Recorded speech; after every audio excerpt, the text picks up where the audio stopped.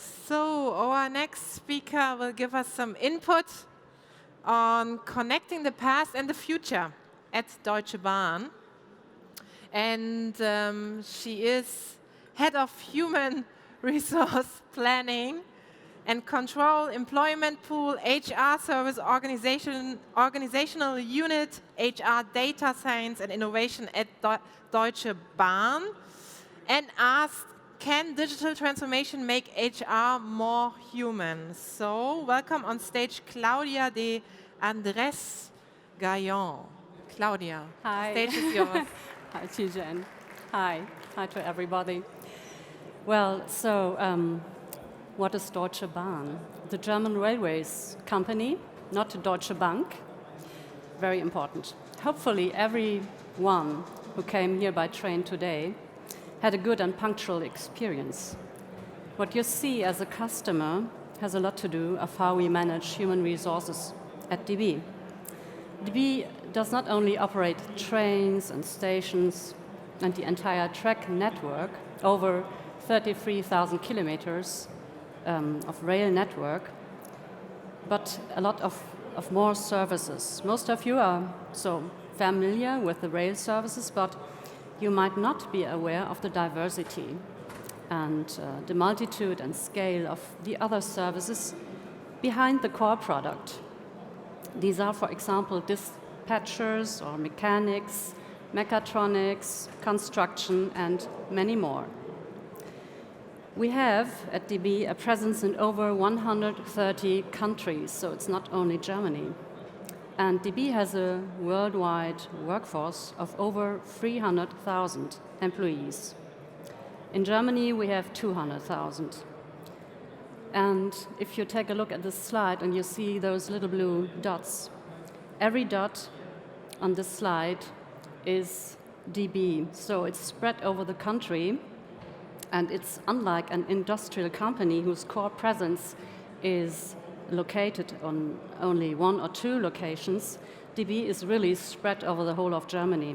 So this gives us unique advantages, but poses also unique challenges. The railway industry is over 100 years old, so it's really an old business model. But this business model has been evolving. Technology has been advancing, and DB is in the midst of a widespread transformation process. Our main customer interface is the mobile app DB Navigator, which features consistently among the 20 top downloads in Germany, on par with such apps like Amazon, eBay, or Spotify. We are also modernizing our tracks with the widespread installation of sensors and the use of big data for preventive maintenance. We use drones to check the tracks for damage and theft. And technology today also provides you opportunities for new business models, using, for example, driverless vehicles. As you can imagine, in order to deliver all this, our existing business model, driving trains, as well as leveraging new businesses, we need to complement the present competencies with new skills. In particularly, for example, the mechatronics, or dealing with sensors, the Internet of Things, etc. So we manage intrapreneurship as well as ventures with relevant startups. In case you are interested, you're highly welcome to get in touch with our DB Ventures team in Berlin. I would like now to switch to the human aspect of digital transformation. As you can imagine, the age structure of a huge company like DB is comparable to that of Germany.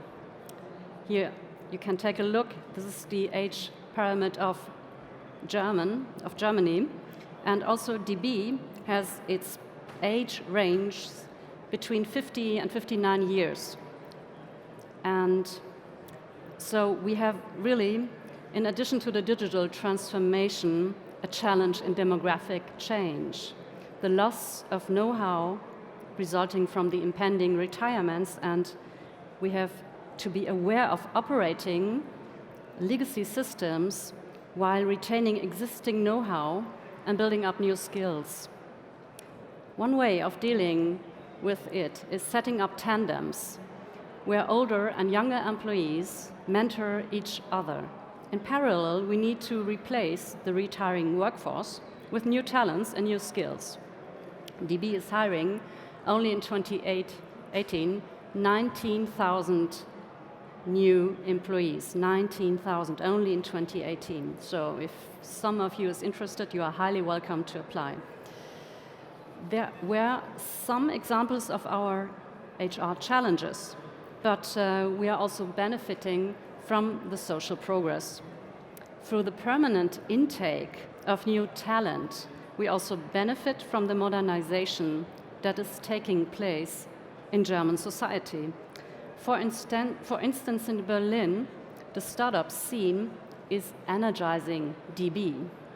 We also see that the workforce is breaking stereotypes as we see more women in male-dominated professions.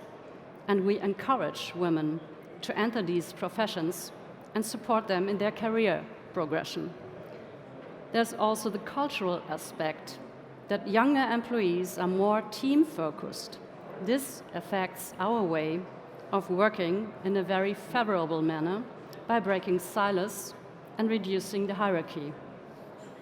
So, what is now the role of HR in digital transformation? While everyone here certainly has a mobile device and is digitally well connected, many of our blue-collar workers at DB are not in possession of a computer or a mobile device. So they are missing out very important internal information flows within the company, for example, job postings or training opportunities. And we want to avoid the situation that these colleagues are left out. We want to be in touch with them. Therefore, we decided to equip our entire workforce in Germany with smart mobile devices. This really was a huge decision for us, and that in itself is really an important step to get closer to our employees and to transform the workforce and provide equal opportunities to all employees. We launched also our DB Planet last year, replacing the DB intranet. Training is always a big issue. We have started utilizing the downtime for undertaking advanced trainings. Mobile devices now function as assistants during work. The driver gets, for example, assistance for energy-efficient driving. Mobile devices also help to provide better customer service. Till now, I've spoken about the transformation of business and the workplace. That is nearly everything except HR. Let's face it, HR also has to change dramatically.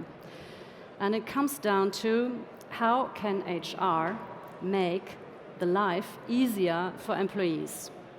We've laid out 5 guiding principles. You can see them here on this slide. It's the first, simplicity. We choose as a second the customer centricity, and then empowering the employees, then fewer regulations, the cross-functional HR service design. These are really our guiding principles for the transformation of HR. So, if we take a look at simplicity, it's the next slide. Our first thought was, how can we reduce bureaucratic hurdles? Because we really have a lot of internal approvals. And so the different HR processes are not really simple at DB. So it means really fewer internal approvals, less paperwork. We also got down to challenging and rethinking traditional processes. For example, in recruiting, do we really need a cover letter, which demands a lot of effort from the applicant, but is of limited value in the whole selection process. So a good example of reducing administrative paperwork is seen in the case of providing medical proof when availing of sick leave. Employees are allowed to avail up to 3 days sick leave without having to provide any medical proof.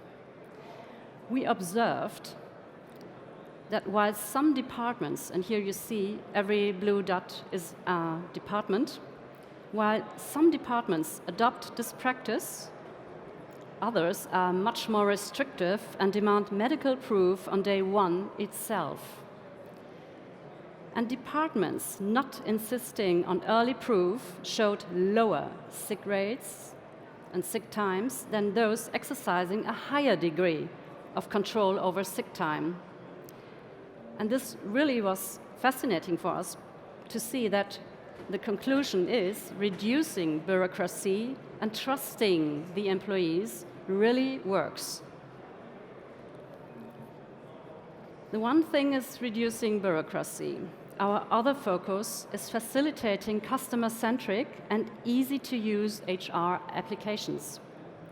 Amazon, Netflix, and co. have really raised the bar on what customers can expect from digital products and services. Some call it the Sunday to Monday effect when they are confronted with corporate IT at work. Therefore, we aspire to provide consumer-grade digital HR services that are available via mobile devices. That is why we are moving our HR IT step by step to cloud-based services. For example, we developed an app for travel expenses that allows submission of scanned or photographed documents and receipts, completely eliminating any paper and approval by the superior. This requires a lot of trust in our employees, but we are really willing to do this. So we are also currently looking at the entire HR service portfolio and redesigning each key process together with customer panels in order to achieve a maximum ease of use and to empower our employees and leaders to focus on their core tasks without having to waste time on unproductive processes. So in my current responsibility, I really oversee a lot of key data sources related to HR. Data really has now become the central basis of our decision-making, and I'd like to share a few examples. First of all, one main goal is to go beyond reporting and dashboards on to using big data and also machine learning for the HR function. We see huge potential in using people analytics for much more predictive, preventive, especially human resources management. So data has been used a lot more in the past time in marketing than in talent marketing. Targeted job ads proved to be extremely effective in generating applications for our job postings. That is why we created a dynamic system that automatically posts ads on a cost-per-click basis. So we can attract applicants for the most critical job openings. And we introduced a performance marketing system that recently won the QUEB Award, where our talent department or talent marketing department won against 5 established startups. We can track on a daily basis how many clicks our job postings receive, and we can dynamically generate a list of the most urgent jobs to be promoted. These systems gave us a 40% lift in incoming job applications. So a next really important theme is the skill prediction. We are working together with startups that screen job boards in order to determine which skills are becoming obsolete and which are becoming increasingly important. This is outside of DB, so we're screening the market. This helps us to complement our quantitative planning with qualitative components. For example, we can prevent new job postings from being published if the description includes job skills that will become obsolete in the near future. The strategic planning process has been in use for almost a decade at DB.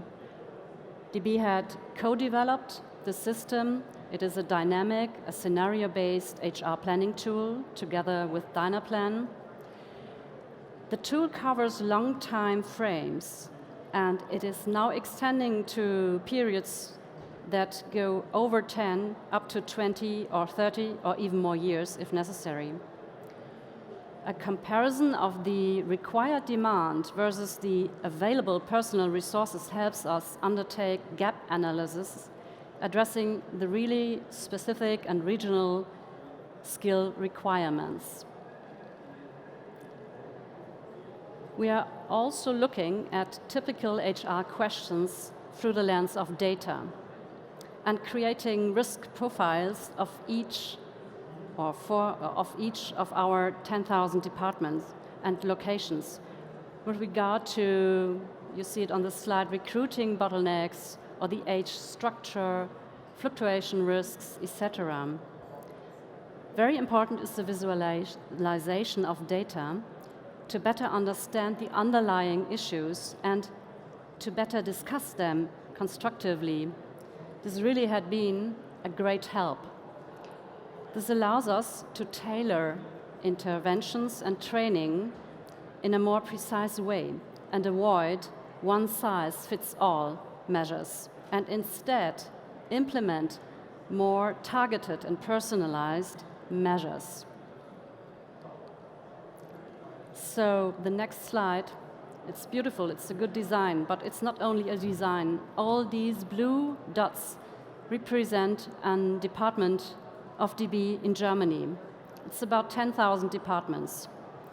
And the darker the spot, the higher the risk, and accordingly, the risk of fluctuation, age structure, etc. And accordingly, the higher the risk, the higher the need for preventive intervention. This also means that every department leader has a better picture of his or her team. And once again, the bottom line here is not to avoid generic one-size-fits-all measures and instead to adopt targeted, risk-based approaches. So, as a conclusion, why does HR become more human? On one hand, we are aware of and we are integrating technological developments as constructively as possible. Yet the main objective is to put the human factor, the employees, in the center and to transform the services, the processes, and the technology so as to make the life easier for the employees. And we are moving away from generic one-size-fits-all measures to more relevant and to more personalized services and products. Thank you very much.